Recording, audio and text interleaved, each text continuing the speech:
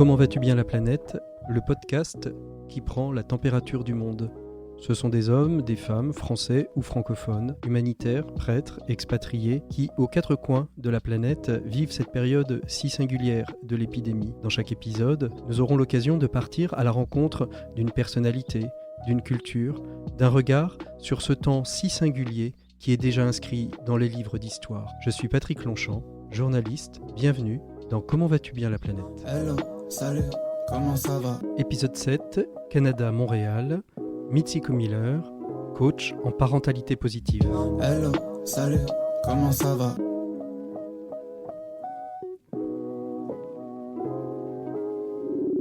Allô? Allô Mitsiko, comment te portes-tu ? Moi, je vais bien. Toujours un bonheur que d'avoir des interlocuteurs dans le monde entier qui me racontent un peu ce qu'ils vivent chez eux, à l'autre bout de la planète, par rapport à moi, bien évidemment, puisque l'autre bout de la planète est tout à fait relatif en fonction de l'endroit où on se trouve. Tout à fait. Puis moi, en fait, l'angle que je voulais prendre, c'est un peu raconter l'histoire de mon père, des aînés, en fait. Parce que mon père a fait... Ouais, on va discuter un petit peu en effet de tout ça. J'ai bien compris en préparant un petit peu qu'il avait une place toute particulière dans cette période. Mais déjà peut-être pour commencer, Mitsiko, pour te présenter peut-être à ceux et celles qui écoutent, tu es donc canadienne, hein, c'est ça ? Alors la question que je me suis posée, parce que jusque-là dans Comment vas-tu bien la planète, j'ai reçu plutôt des Français qui se sont expatriés. Toi, tu es francophone, tu es canadienne de souche, ou est-ce que vous êtes arrivé d'un petit peu partout et puis finalement à un moment donné ta famille a posé ses valises au Canada ? Ça s'est passé comment ? Mon père est canadien. Mon père est en fait québécois. Donc, il vient de la région francophone du Canada. Et ma mère est... comment on dit ça ? Nippon-coréenne. Nippo-coréenne ? Ils se sont rencontrés Nippo-coréenne. Et ils se sont rencontrés à Columbia University aux États-Unis, à New York. Et puis, ils se sont baladés à travers le monde. Donc, je m'estime plus enfant du monde que canadienne. Mais en même temps, c'est un peu la philosophie du Canada. D'être ouvert sur le monde. Tu as posé tes valises à quel âge au Canada ? Tes parents, tu as grandi là-bas ou tu as grandi dans plusieurs pays à travers la planète ? Je dirais que oui. Ouais. Je dirais que mes parents ont déposé leurs valises vers 4 ans pour moi. À peu près vers 4 ans. Et puis on a vécu à Montréal à partir de ce moment-là. Donc je dirais que oui, j'ai été élevée ici. Étrangement, vraiment citoyenne du monde. Ma mère est allophone, ce qui veut dire qu'elle parle anglais. Et j'ai été en fait dans le système français, l'éducation nationale, dans une école, le collège Stanislas. Donc, on a le même... citoyen du monde. Citoyen et citoyenne du monde qu'est Mitsiko Miller. Et puis ton métier, c'est d'accompagner les familles, les enfants... dans une démarche, tu es coach, accompagnatrice de famille, on appellerait ça chez nous conseiller familial, conseiller conjugal. C'est comme ça que tu détermines un peu ton métier ? Sensiblement. Moi, c'est tout ce qui touche l'intelligence émotionnelle. Et le système qui m'intéresse, c'est surtout le système familial, parce que je suis mère et parce que je crois à vraiment reconstruire les familles. Là où il y a beaucoup de défis dans les familles actuellement, les défis de vivre ensemble, les défis de se réaliser et de créer l'harmonie au sein de ce premier système. Donc, pour moi, j'enseigne l'intelligence émotionnelle, la communication, et je commence par ce qui est le plus fondamental, c'est-à-dire l'enfant. La relation avec soi, la relation avec l'enfant, la relation au sein de la famille, qui est comme un microcosme de la communauté mondiale et globale. Alors Ouais. on en reparlera peut-être dans cette période où beaucoup de familles se sont retrouvées les unes avec les autres, peut-être parfois les unes sur les autres suivant la taille des appartements. Oui. On a beaucoup de choses à se dire, peut-être que d'ailleurs on fera deux numéros à ce podcast parce que je vois déjà le temps qui défile et je sais qu'on a plein de choses à se dire. On va juste commencer, si tu le veux bien, Mitsuko, par parler un petit peu de comment ça se passe au Canada cette période. Aujourd'hui, vous en êtes où? Vous êtes, comme chez nous en France, complètement confiné ou est-ce qu'il y a des parts de liberté? Comment ça se passe, ce temps de l'épidémie chez vous au Canada? Donc, on est confiné. On est confiné et on a quand même la liberté d'aller marcher en nature. Ceci dit, on observe la distanciation physique. Et ce que je trouve très intéressant, et à la fois intéressant et triste, c'est que les personnes, les aînés, qui vivent dans ce qu'on appelle, attends, je me trompe souvent, c'est SHSLD ou CHSLD, pardon. Donc c'est des centres hospitaliers les... pour les seniors, ce qu'on appellerait chez nous les EHPAD, retraites, les maisons de retraite, oui, etc. Des maisons de retraite perdent complètement. Ouais. Ils ont complètement perdu leur liberté. C'est-à-dire qu'ils n'ont pas le droit de sortir de leur chambre depuis le début du confinement. Ouais. Donc, ça, j'ai du mal à comprendre comment ça se fait que eux sont... En fait, on leur a enlevé toute leur liberté au nom de... Et je dirais pas de la santé, du mouvement sanitaire, je dirais. Donc, il y a comme deux choses ici. Donc, oui, on observe donc cette distanciation sociale. Oui. Moi, j'appelle ça une distanciation physique. Ouais. Parce qu'une distanciation sociale, pour moi, ça veut dire qu'on arrête de socialiser. Et moi, ça m'arrive de rencontrer des amis en respectant la distanciation physique. Mais en marchant comme ça dans des parcs. Donc pour moi, oui, ces libertés-là sont enlevées aux personnes âgées qui sont en maison de retraite. Et comme chez nous, il y a un arrêt de l'économie, c'est vraiment un confinement total, c'est-à-dire que personne ne va travailler, personne ne sort, les cafés, les restaurants, tout ça c'est fermé comme en France, Mitsuko. Exact. Ouais. Exact. Les gens, en fait, travaillent de chez eux, ils font du télétravail pour la plupart. Et il y a des pans de l'économie qui sont effectivement sur le chômage actuellement. Donc, le gouvernement nous donne de l'argent.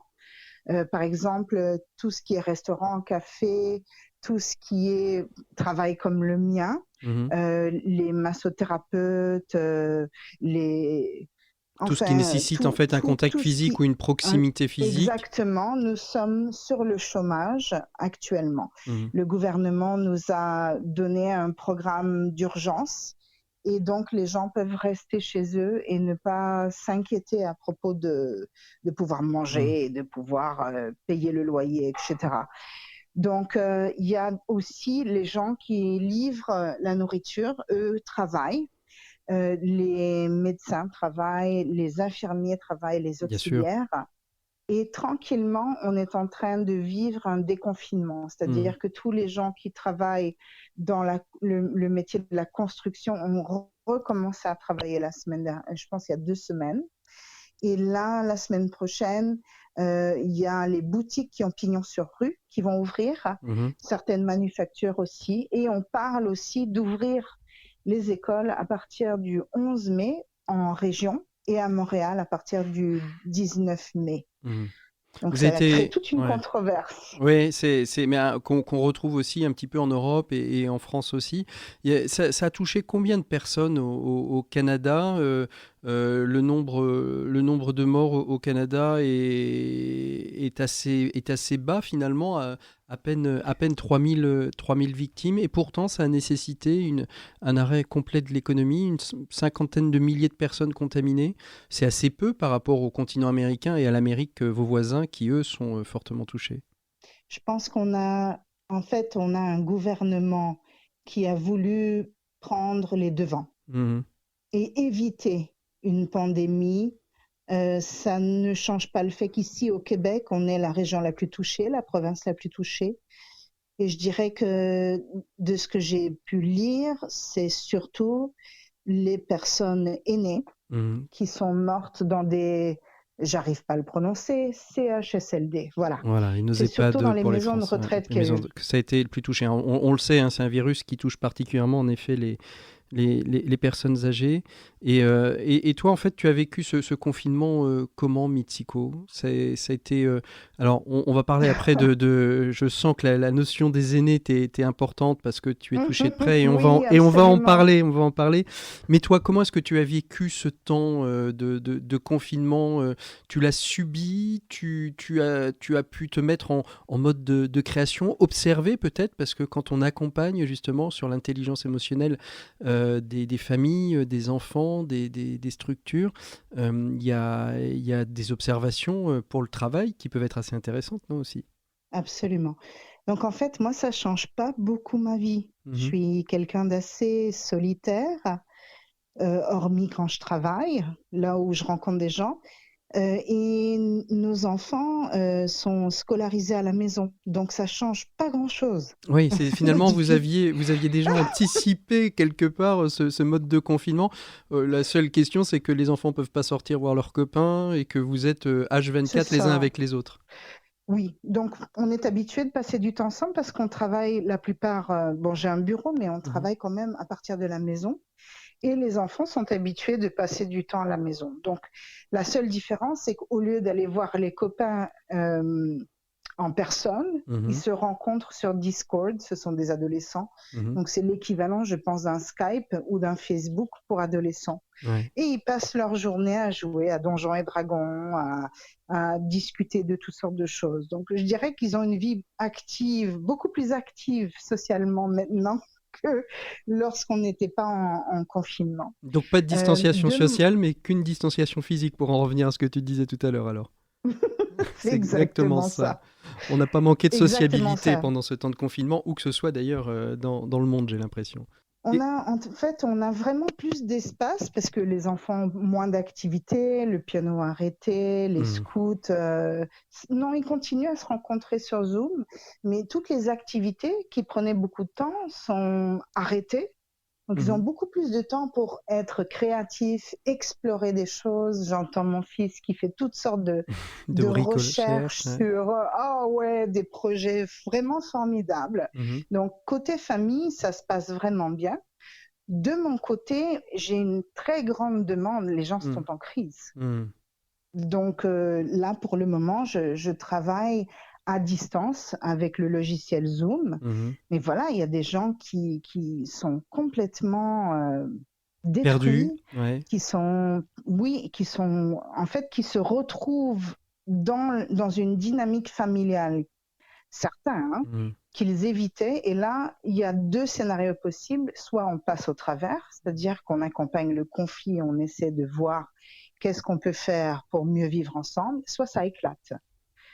Alors, j'ai des personnes qui sont en grande anxiété, j'ai des gens qui se sont retrouvés au bord du suicide, et j'ai des gens qui ont, au contraire, complètement reconstruit leur relation familiale et vivent en fait plus de proximité, plus d'harmonie.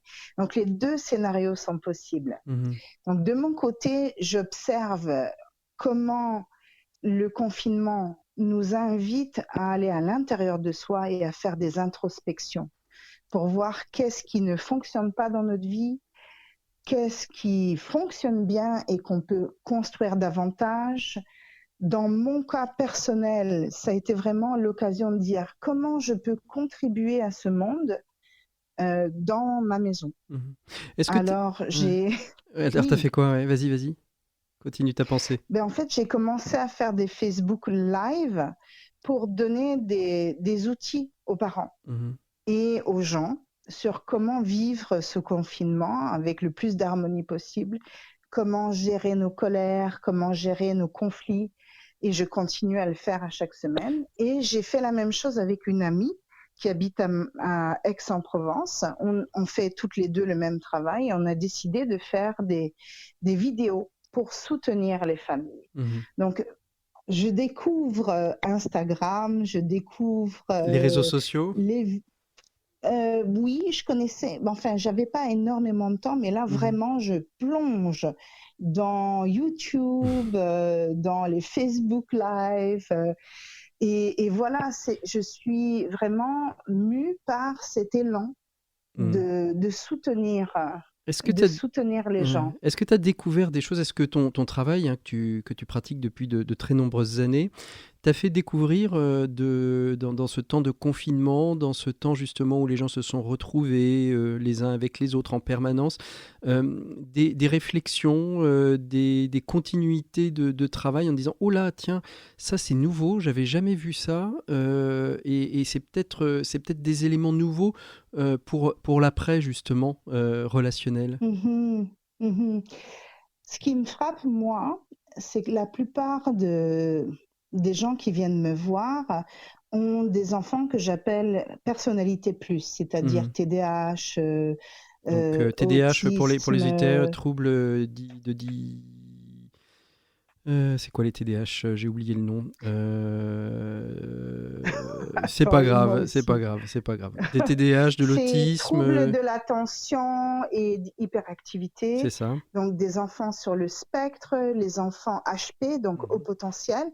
Souvent, c'est des enfants qui sont plus difficiles à élever, qui exigent beaucoup de présence, d'attention, de guidance.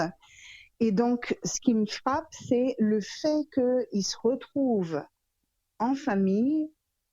Ben voilà, il y a comme une présence qui est là et il y a quelque chose qui se transforme dans beaucoup de familles que j'accompagne, où il y a une douceur qui s'installe. Bon, évidemment, avant la douceur, il y a eu Il y a explosion, eu la tempête. mais c'est comme, oui, mais c'est comme si ils découvrent ce que j'enseigne, ce que j'écris dans mon livre, comment la présence est quelque chose qui apporte beaucoup de sécurité aux enfants. Et que la présence, ça ne veut pas dire avoir 100% de notre attention et vraiment river sur nos enfants, être complètement là, à jouer avec eux tout le temps. Mais c'est comme une présence, c'est juste un état d'être où on dit je suis là et je fais mes trucs, mais je suis là. Et donc, il y a vraiment de la magie qui s'est opérée dans certaines familles et c'est un délice de voir comment certains parents qui avaient peur d'être présents en se disant ça veut dire que je les scotche sur moi, on les tape, tu vois là, on les met dans un sac à dos et puis je dois me balader avec. Ils vont découvrir le juste équilibre de la présence aimante et de la nécessité parfois d'être une présence absente. Exact. De trouver cet équilibre, d'explorer. En fait, le confinement permet d'explorer qu'est-ce que c'est, parce qu'on n'a pas le choix. Et donc, je vois des merveilles émerger tout d'un coup des dynamiques qui étaient vraiment difficiles, qui vraiment s'adoucissent. Il y a même de la tendresse qui naît de ça.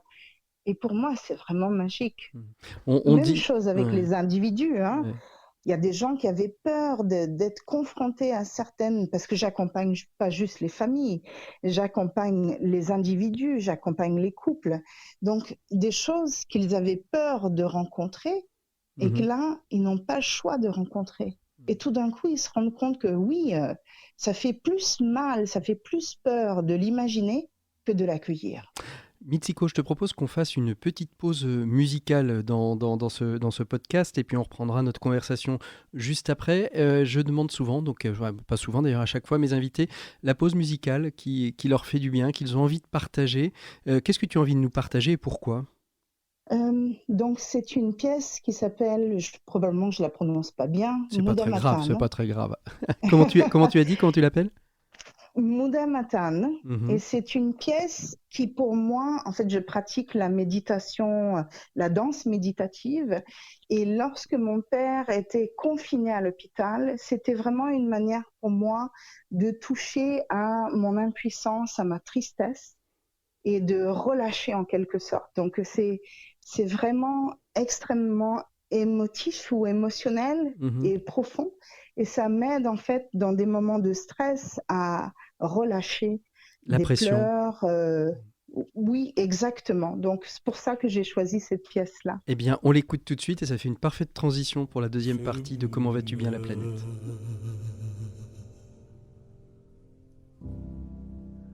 على ذكر الحبيب مدامة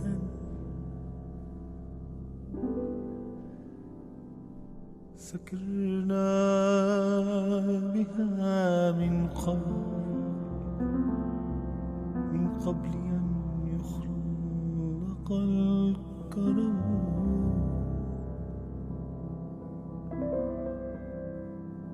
شربناها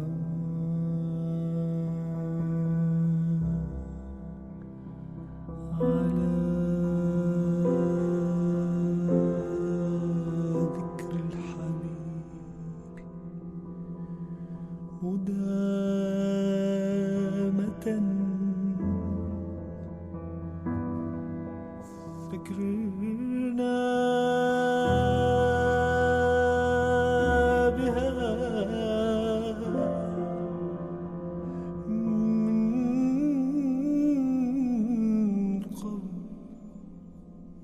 يخلق الكرم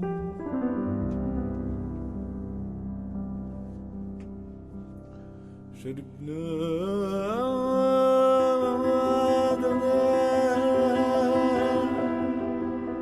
على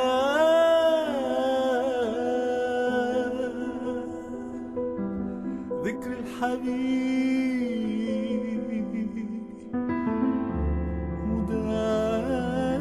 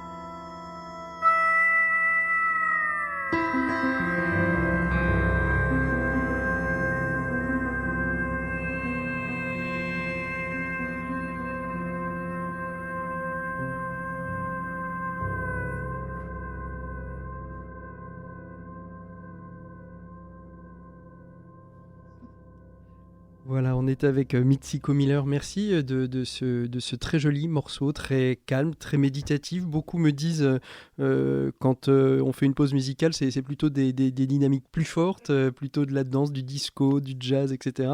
Toi, c'est quelque chose de très intériorisé. J'en ai même été un peu étonné en l'écoutant, mais c'est très intéressant.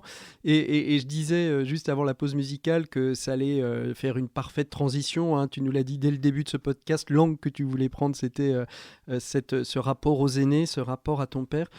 Qu'est-ce qui s'est passé exactement ? Vous n'avez pas pu vous voir pendant un moment avec ton papa, et ça a été une souffrance, une limite à ce Énorme, confinement.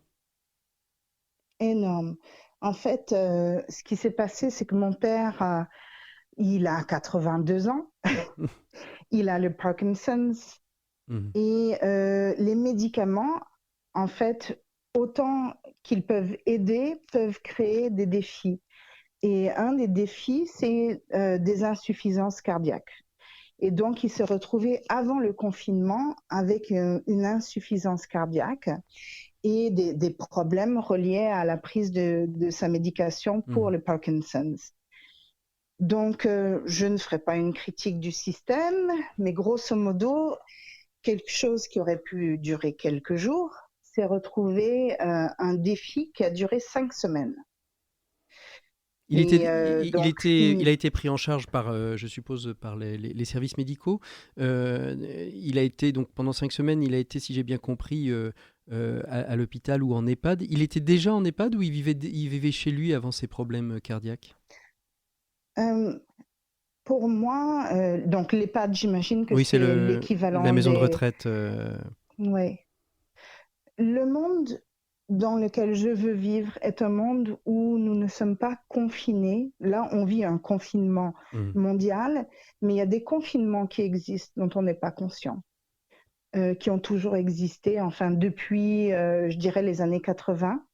Et ce confinement, c'est de mettre les enfants ensemble, c'est de mettre les aînés ensemble pour permettre, et ça c'est ma vision, qu'on peut ne pas partager, pour permettre aux gens de travailler. Et donc, le monde dans lequel je vis, c'est un monde où on est un grand village, où les aînés ont leur place, où les enfants ont leur place, et cette place, c'est tous ensemble. Donc, non, mon père habitait à la maison. Chez vous, avec tes petits-enfants ou dans sa maison à lui ? Dans sa maison à lui. J'aurais souhaité avoir une maison intergénérationnelle, qui puisse et l'accueillir. la vie a décidé autrement. Exactement. Pour moi, on aurait pu s'entraider. Et donc, quand il a eu ses problèmes cardiaques, en fait, il a été pris en charge par le système sanitaire canadien. Et finalement, quelque part, ça a été pour lui le début, et pour toi, et pour toute ta famille, le début d'une mise à l'écart, une impossibilité de rencontre pendant ces 5 semaines. Exact. Donc, en fait, au début, on n'était pas en confinement. Ce qui s'est passé, en fait, c'est que c'est comme si le confinement permet de mettre en lumière les défis dans le système et qu'est-ce qu'on a besoin de changer. Et non seulement dans le système, mais également dans notre manière de vivre. Le premier défi que je rencontre ou que je vois, c'est comment nous avons confiné les gens en fonction de qui ils sont. Donc, on confine les enfants dans des garderies, donc dans des crèches, on confine les aînés dans des centres et chacun a quelque chose à proposer dans la société.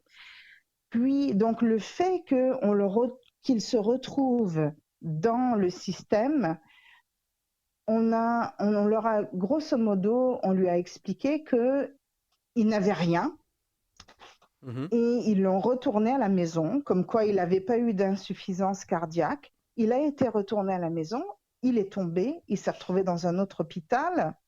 Et là où je parle de confinement, c'est qu'on confine également comment on soigne les gens.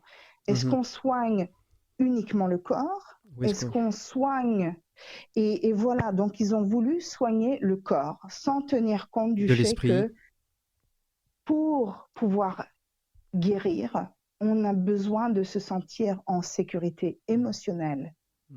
et en sécurité physique. Et- Et ça me rappelle un petit peu ce qui s'était passé après la Deuxième Guerre mondiale, quand tout l'Europe s'est retrouvée avec énormément d'orphelins.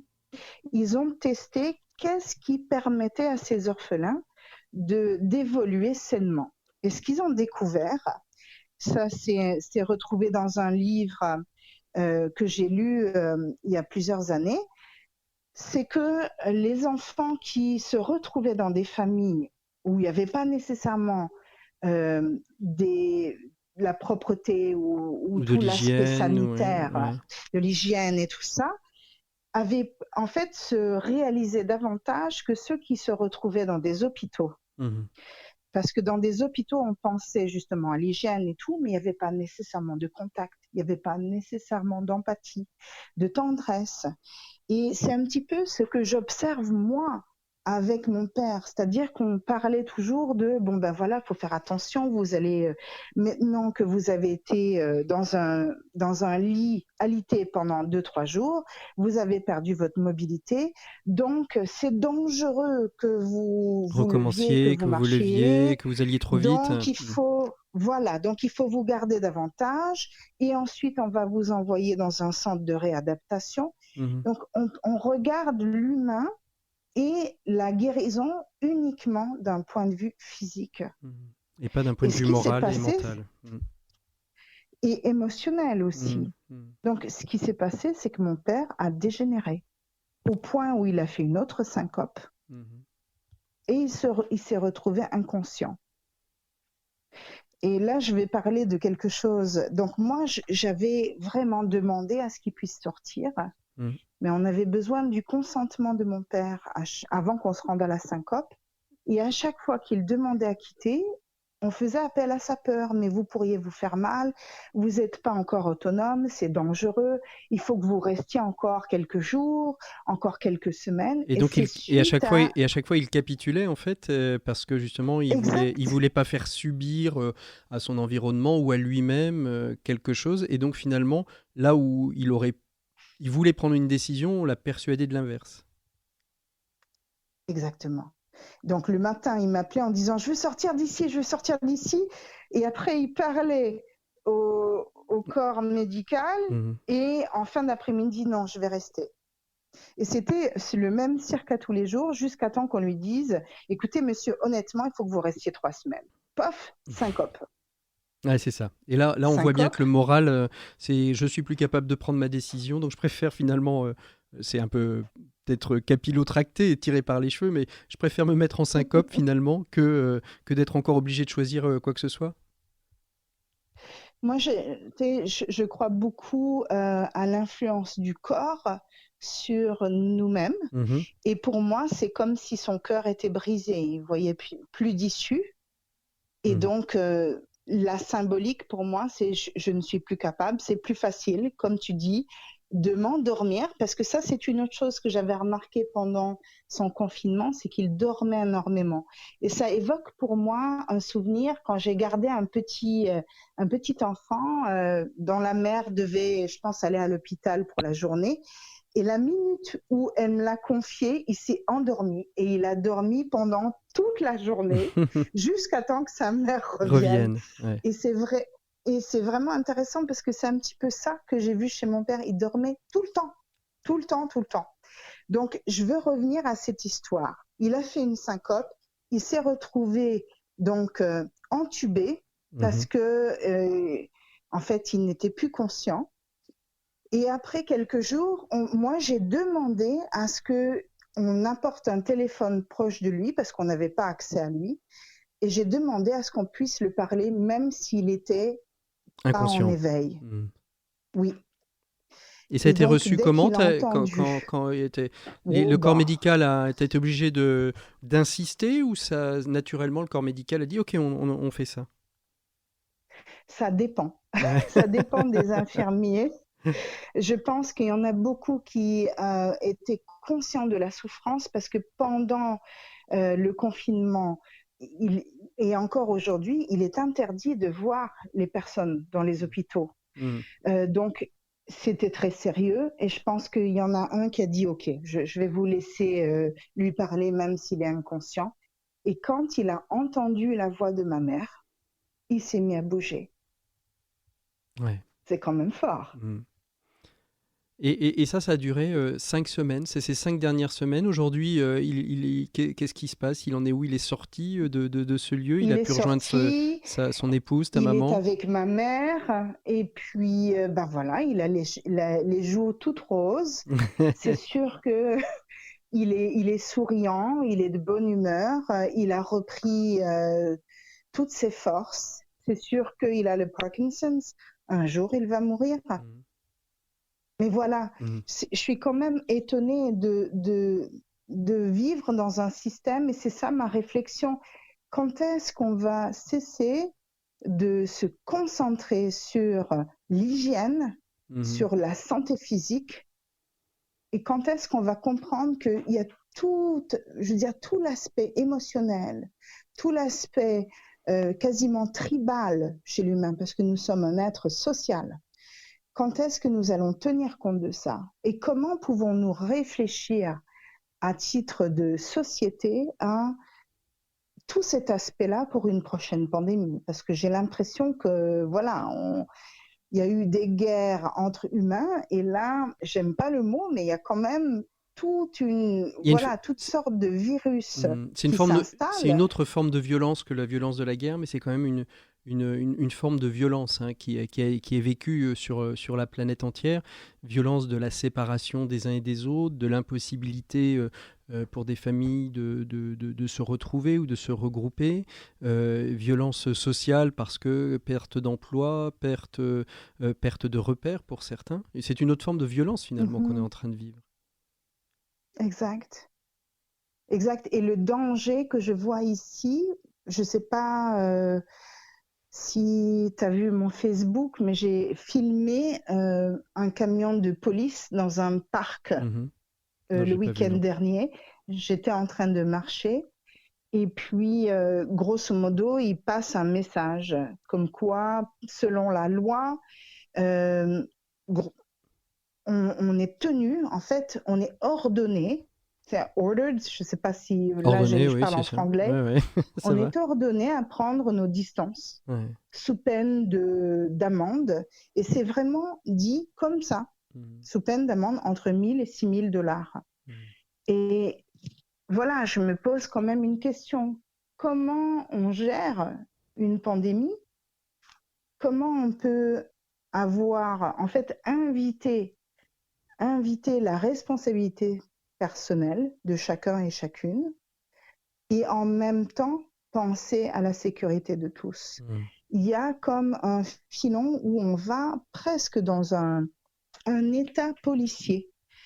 Et c'est intéressant de voir comment certaines personnes vivent cette pandémie dans une crainte, en fait, dans une terreur, et qui vont téléphoner à la police pour dénoncer leurs voisins. Il y a beaucoup de cas comme ça ici. En France et aussi. Je suis curieux. Ah oui. Ah oui, non, et je me demande, waouh! On arrive un peu au terme de cet échange passionnant. J'aurais bien aimé qu'il continue davantage, mais il faut à un moment donné savoir raison garder et se dire qu'on se quitte pour mieux se retrouver, Mitsuko. Qu'est-ce que dans l'ensemble de ce temps que vous traversez, vous commencez un peu à déconfiner chez vous au Canada. Nous, ça va arriver d'ici 15 jours, je pense aussi. Qu'est-ce qui t'a le plus marqué du point de vue positif dans l'ensemble de cette, soit par des gestes de solidarité, soit par des mouvements de société qui sont peut-être en train de se faire? Je pense que ce qu'il y a de plus beau, c'est vraiment la rencontre avec soi. C'est ce qu'il y a de plus beau parce que lorsqu'il y a rencontre avec soi, qu'on a pu explorer dans le confinement, il y a comme une ouverture à l'autre qui s'installe. Il y a des gens qui ne réalisaient pas, qui commençaient à danser ensemble. Justement, voilà, et c'est danse dans ton salon, reste chez toi. Il y a des mouvements comme ça qui sont nés pour vivre de la joie, mais il y a aussi eu une réflexion sur et les gens qui vivent dans la rue et les gens qui vivent la violence conjugale, comment ils vivent ça. Il y a comme vraiment un temps d'arrêt où on arrête de fonctionner, de faire, de travailler, de faire l'épicerie, et que vraiment on touche à notre être plus profond. Et ça, je trouve ça délicieux. Donc pour moi, c'est ça l'aspect positif du confinement. Et ma dernière question, qu'est-ce que tu aimerais, si tu avais une baguette magique, comment tu aimerais qu'il soit le monde de demain, dont on parle tellement après justement ce temps de confinement? T'aimerais qu'il soit comment, le monde? En fait, dans le livre que j'ai écrit, qui est Découvrir la parentalité pour être parent du cœur, je parle de télétravail. Avant le confinement, il y avait une résistance au télétravail. Donc là, c'est comme si on goûte à tout ce qui était impossible dans le passé. Qu'on s'interdisait. L'école à la maison, le télétravail, travailler moins, passer plus de temps ensemble. Donc pour moi, je pense que c'est comme si on a fait un arrêt radical pour inviter les gens à explorer ce dont ils avaient peur. Donc le monde auquel j'aspire, c'est un monde où on est davantage dans le choix et dans la conscience de ce qui est possible. Merci beaucoup Mitsiko Miller pour cet échange dans Comment vas-tu bien la planète. On se retrouve bien évidemment sur les réseaux sociaux avec vous Mitsiko Miller, sur page Facebook, Instagram. Je ne sais pas si on trouve votre livre en France, mais si on le trouve, on peut se le procurer, je suppose, facilement dans certaines librairies et puis évidemment sur quelques plateformes que nous ne citerons pas dans ce podcast puisqu'ils ne sont pas partenaires. Mais les gens les auront reconnus, bien évidemment. Merci beaucoup Mitsiko. À très bientôt. On vous voit bientôt en France. Vous allez bientôt nous venir faire quelques conférences peut-être ? Ça va dépendre, oui, ça va dépendre de la situation sanitaire et du déconfinement. Merci beaucoup en tout cas d'avoir passé un petit moment avec nous. Nous, on se retrouve dans un prochain épisode. Et puis à très bientôt Mitsiko. Je t'embrasse, bon courage. Et puis mes amitiés à ton papa. Merci. Hello, salut, comment ça va ? C'était Comment vas-tu bien la planète, épisode 7. Avec Mitsiko Miller, coach en parentalité positive à Montréal. Merci à vous toutes et à vous tous d'être à notre écoute. Vous êtes plus de 700 à nous avoir écoutés depuis le lancement de ce podcast. Si vous l'appréciez, n'hésitez pas à le partager sur vos réseaux sociaux, LinkedIn, Twitter, Facebook, Instagram pour nous faire connaître. Vous êtes expatrié, vous souhaitez partager ce que vous vivez là, dans le pays qui vous a accueilli ou adopté, vous êtes francophone, écrivez-nous à savalaplanète@gmail.com et nous vous répondrons. À bientôt, prenez soin de vous, au revoir. Hello, salut, comment ça va ?